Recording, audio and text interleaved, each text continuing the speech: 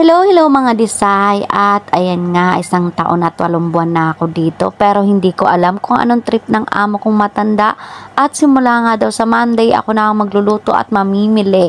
Kaya naman eto, nandito ako sa palengke para nga mamili, at eto, nadaanan ko yung waffle na tag $10 lang. Kaya lang gusto ko sanang pumila, kaya lang nagmamadali ako.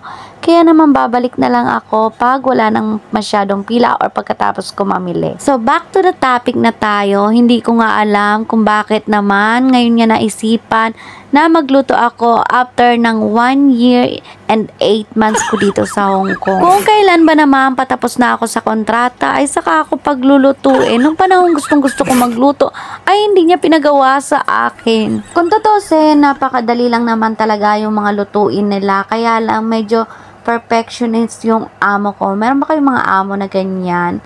Pagdating sa mga niluluto, ay maraming sinasabi pero kinakain naman nila. Dito sa mga amo ko ay 3 putahe yung lagi namin niluluto.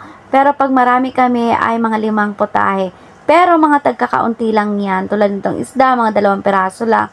Tapos itong gulay, mga 1 kilo lang na gulay. Tapos minsan chicken or pork.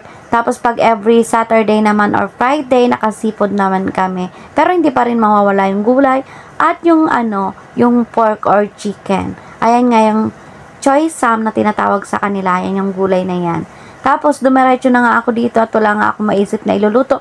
Kaya naman ito ng timpla ang binili ko. Mindset ba, diba? Pahirapan ko pa ba ang mag-isip yung sarili ko? Eh, wala naman talaga akong isip. So, ayan na nga, binalikan ko ulit yung waffle, pero medyo mas dumami yung nakapila. Kaya naman, hindi na talaga ako nagtiyagang pumila dyan. Matitikman ko rin naman yan. Mga siguro, pag pauwi na ako, charis.